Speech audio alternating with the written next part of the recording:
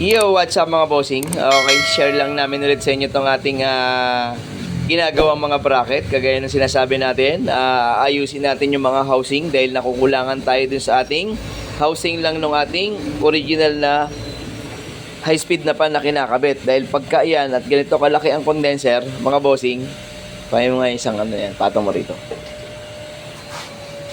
Ganyan lang ang nagiging itsura mga boss. Okay? So ngayon, ang problema, paano naman tong mga magkabilang side?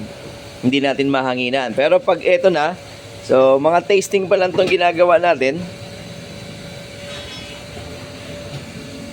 Very good na mga bossing. Ayan no. So gagawa tayo lahat niyan dahil gusto natin maging maayos yung ating trabaho.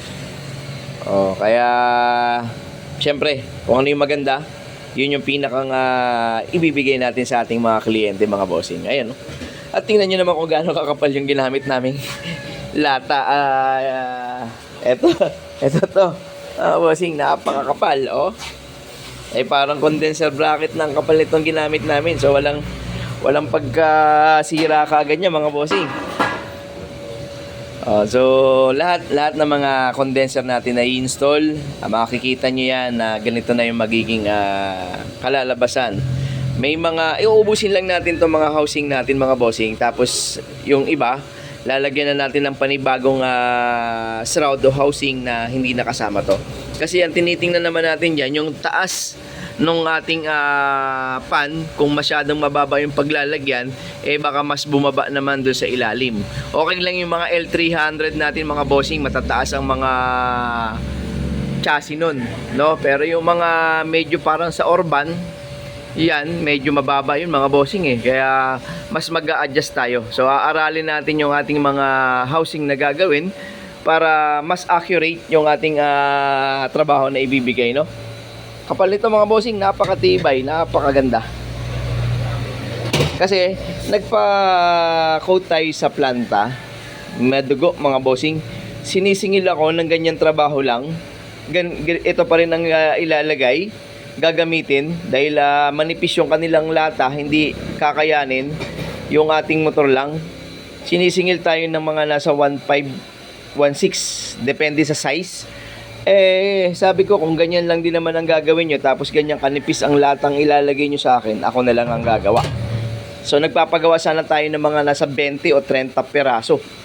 Imagine nyo kung tig 1.5 or 1.6 ang isa, o paano pa tayo kikita, mga bossing, no? Hindi ka mukha na bumili tayo ng isang buong yero, ganong kalaki, baka marami nating magawa. So hindi tayo makakapag presyo ng mataas sa ating kliyente. Basta ang gusto lang nating mangyari, mas maganda yung kalabasan ng ating trabaho dun sa ating mga gagamiting mga materyales, mga bossing.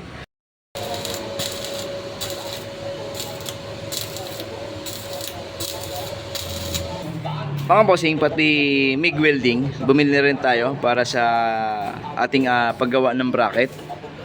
Siyempre, at pambira, puro inko, mga bossing.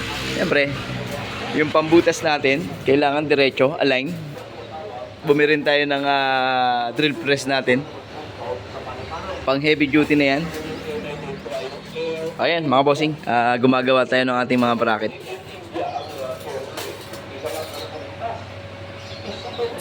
Car aircon, naiinitan, mga boss, at di maiwasan din ang pagpawisan.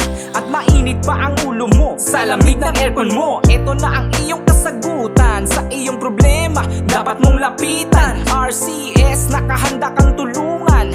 Garantisado, talagang pulido magtrabaho. Merong malasakit at sa presyo ay panalo. Simpleng tao, hindi manloloko. Mga pwedeng remedyohan gagawin yan dito. Mapabago o lumang modelo, kayang-kaya, walang imposible sa amin dito.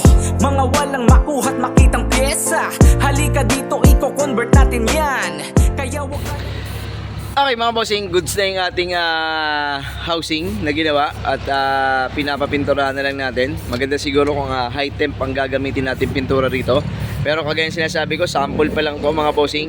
Ikakabit lang muna natin to sa ating sasakyan. So magkakaroon ako ng conversion dun sa ating light ace mga bossing sa ilalim Hindi pa kasi nakalaminated yon. So, dun muna natin ilalagay itong ating mga ginawa na umpisa, no? Para matasting natin kung gaano kaganda at effective nga ba. Pero syempre mga bossing, effective yan eh. Effective nga yung wala eh. Mas lalo na yung meron pa na nilagay tayo sa magkabilang gilid, no? Okay lang mga bossing. So, gagandahan natin yung mga susunod nating gawa. Kung ano pa yung mai-adjust namin, i-adjust namin yan. At eto na nga mga bossing yung ating housing na ginawa. Napinturahan na natin.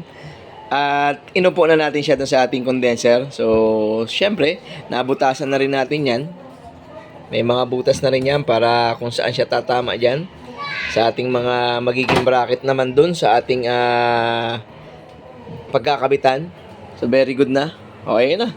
So, matitasting natin to mga bossing pag naikabit natin sa unit, no? Pero palagay ko ang mauunang kakabitan nito yung ating light ace. At bibidyohan natin siyan mga bossing pag naikabit na natin, no? Para at least makuhaan natin ng reading at yung ganda ng ating housing mga bossing, no? Okay, ayun lang. Maraming salamat ulit mga bossing. At syempre, ingat lagi. God bless sa ating lahat mga bossing. Thank you very much mga boss.